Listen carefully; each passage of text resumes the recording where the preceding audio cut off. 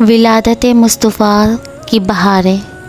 ایسے ماحول میں اللہ کے آخری نبی حضرت محمد مصطفیٰ صلی اللہ علیہ وآلہ وسلم کی ولادت ہوئی۔ آپ کی ولادت کے ساتھ ہی کچھ ایسے واقعات رونما ہوئے جو اس بات کی خوشخبری تھے کہ وہ زمانہ آ چکا ہے جس میں اسلام کی روشنیاں کفر کی تاریکیوں کو مٹا دی گئیں۔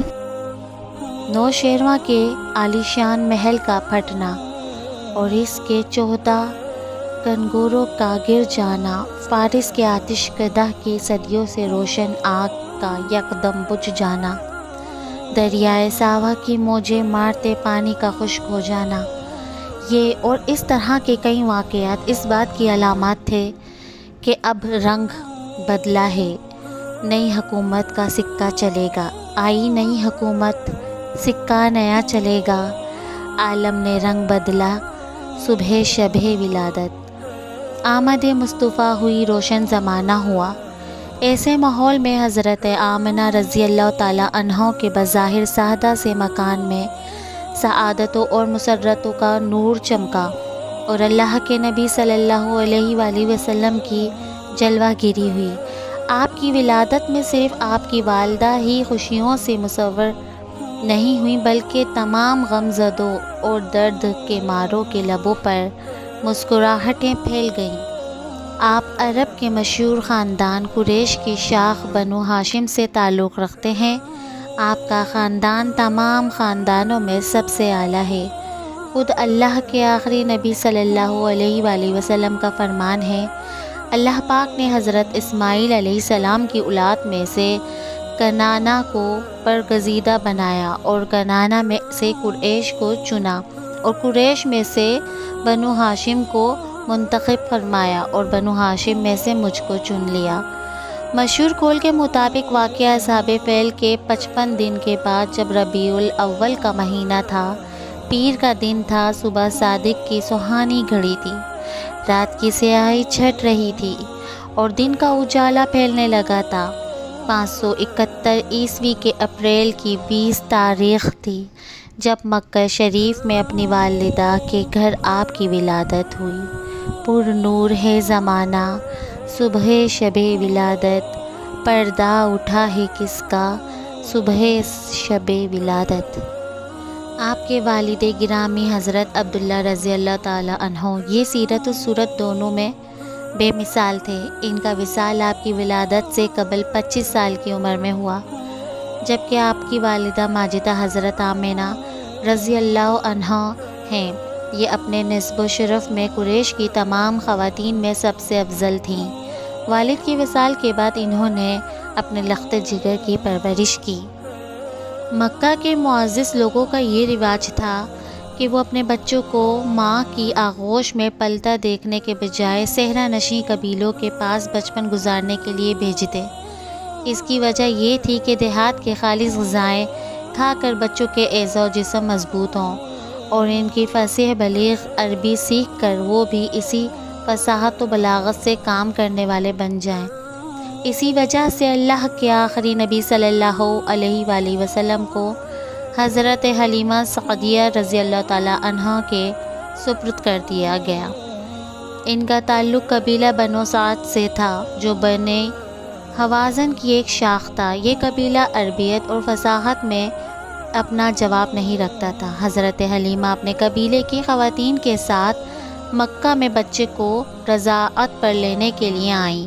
حضرت حلیمہ کی قسمت کا ستارہ اپنے عروج پر تھا کہ آپ کو 2 سال تک دودھ پلانے کی سعادت ان کے حصے میں آئی۔ بعض روایات کے مطابق بی بی حلیمہ کے علاوہ مزید 6 خوش قسمت خواتین نے آقا کریم علیہ السلام کو دودھ پلانے کا شرف حاصل کیا۔ ان تمام عورتوں کو دولت ایمان نصیب ہوئی، جبکہ حضرت حلیمہ کو دودھ پلانے کی خدمت کا یہ انعام ملا کہ ان کا پورا گھرانہ دولت ایمان سے مالا مال ہوا۔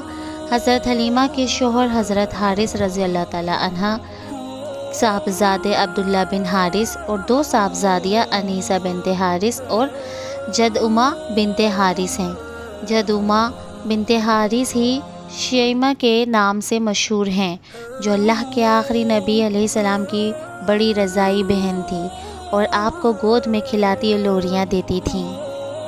حضرت حلیمہ سعدیہ رضی اللہ تعالیٰ عنہا جب اللہ کے آخری نبی صلی اللہ علیہ وآلہ وسلم کو لینے کے لیے آپ کے مکان عالی شان پر پہنچی تو فرماتی ہیں، میں نے دیکھا کہ آپ سفید کپڑے میں لپیٹے ہوئے ہیں، آپ کے پاس سے خوشبوئیں اٹھ رہی ہیں، سبز رنگ کا ریشمی کپڑا نیچے بچھا ہوا ہے، پشت کے بل آرام فرما رہے ہیں۔ میں نے آہستہ سے قریب ہو کر اپنے ہاتھوں پر اٹھا کر آپ کے سینہ مبارک پر ہاتھ رکھا تو آپ مسکرانے لگے، اپنی سرمنگے آنکھیں کھول دیں اور مجھے دیکھنے لگے۔ میں نے محسوس کیا ان آنکھوں سے انوار نکل رہا ہے اور آسمان کو چھو رہے ہیں۔ بے اختیار ہو کر میں نے آپ کی دونوں آنکھوں کے درمیان بوسہ لیا، آپ کو اپنے سینے سے لگایا۔ جب آپ رضی اللہ تعالیٰ عنہ دودھ پلانے بیٹھیں تو نبوت کی برکتیں ظاہر ہونے لگی۔ خدا کی شان کے حضرت حلیمہ رضی اللہ تعالیٰ عنہ کے اس قدر دودھ بڑھ گیا کہ آپ اور آپ کی رضاعی بھائی عبداللہ بن حارث نے خوب پیٹ بھر کر دودھ پیا اور دونوں آرام سے سو گئے۔ رسول اللہ صلی اللہ علیہ وآلہ وسلم اپنی رضاعی والدہ کا صرف ایک طرف سے دودھ پیتے اور دوسری طرف سے وہ پلانا بھی چاہتی تب بھی نوش نہ فرماتے کہ وہ بھائی کا حصہ تھا۔ یہ اس وقت اس بات کا اشارہ تھا کہ عدل و انصاف کا بول بالا کریں گے۔ آپ کی برکت سے حضرت حلیمہ کی لاغر اونٹنی جو دودھ سے خالی تھی، اس میں بھی خوب دودھ آ گیا۔ حضرت حلیمہ کے شوہر نے اس دودھ کو دوہا اور دونوں میاں بیوی نے خوب سیر ہو کر دودھ پیا۔ وہ رات بڑی راحت و سکون کے ساتھ بسر کی اور رات بھر میٹھی نیند کے مزے لوٹتے رہے۔ جب بیدار ہوئے تو حضرت حلیمہ کے شوہر حارث بن عبدالعزیٰ کہنے لگے، حلیمہ تم بڑا ہی مبارک بچہ لائی ہو۔ حضرت حلیمہ رضی اللہ تعالیٰ عنہا نے کہا کہ واقعی مجھے بھی یہی امید ہے کہ یہ بچہ بڑا بابرکت ہے اور خدا کی رحمت بن کر ہمیں ملا ہے، عین قریب ہمارا گھر خیر و برکت سے بھر جائے گا۔ حضرت حلیمہ فرماتی ہیں کہ جب ہم رسول اللہ صلی اللہ علیہ وآلہ وسلم کو لے کر مکہ شریف سے اپنے گاؤں کی طرف روانہ ہوئے تو میرا وہی خچر جو پہلے کمزوری کی وجہ سے قافلے والوں سے پیچھے رہ جاتا تھا، اب اس قدر تیز چلنے لگا کہ کوئی دوسری سواری اس کے مقابلہ نہ کر سکی تھی۔ اللہ کے آخری نبی صلی اللہ علیہ وآلہ وسلم جب سے حضرت حلیمہ سعدیہ رضی اللہ تعالیٰ عنہا کے پاس آئے، ان کے مویشی بڑھنے لگی، ان کی عزت میں اضافہ ہوا اور خیر و برکت نصیب ہونے لگی۔ جب تک آپ وہاں رہے، بی بی حلیمہ کا گھر خیر و برکت سے معمور رہا۔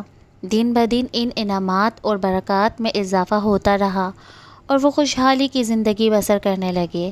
حضرت حلیمہ رضی اللہ تعالیٰ عنہا فرماتی ہیں، دودھ پینے کی عمر میں آپ کی دیکھ بھال میں مجھے بہت آرام تھا۔ آپ دوسرے بچوں کی طرح نہ چیختے، نہ چلاتے، نہ گریہ ورزاری فرماتے۔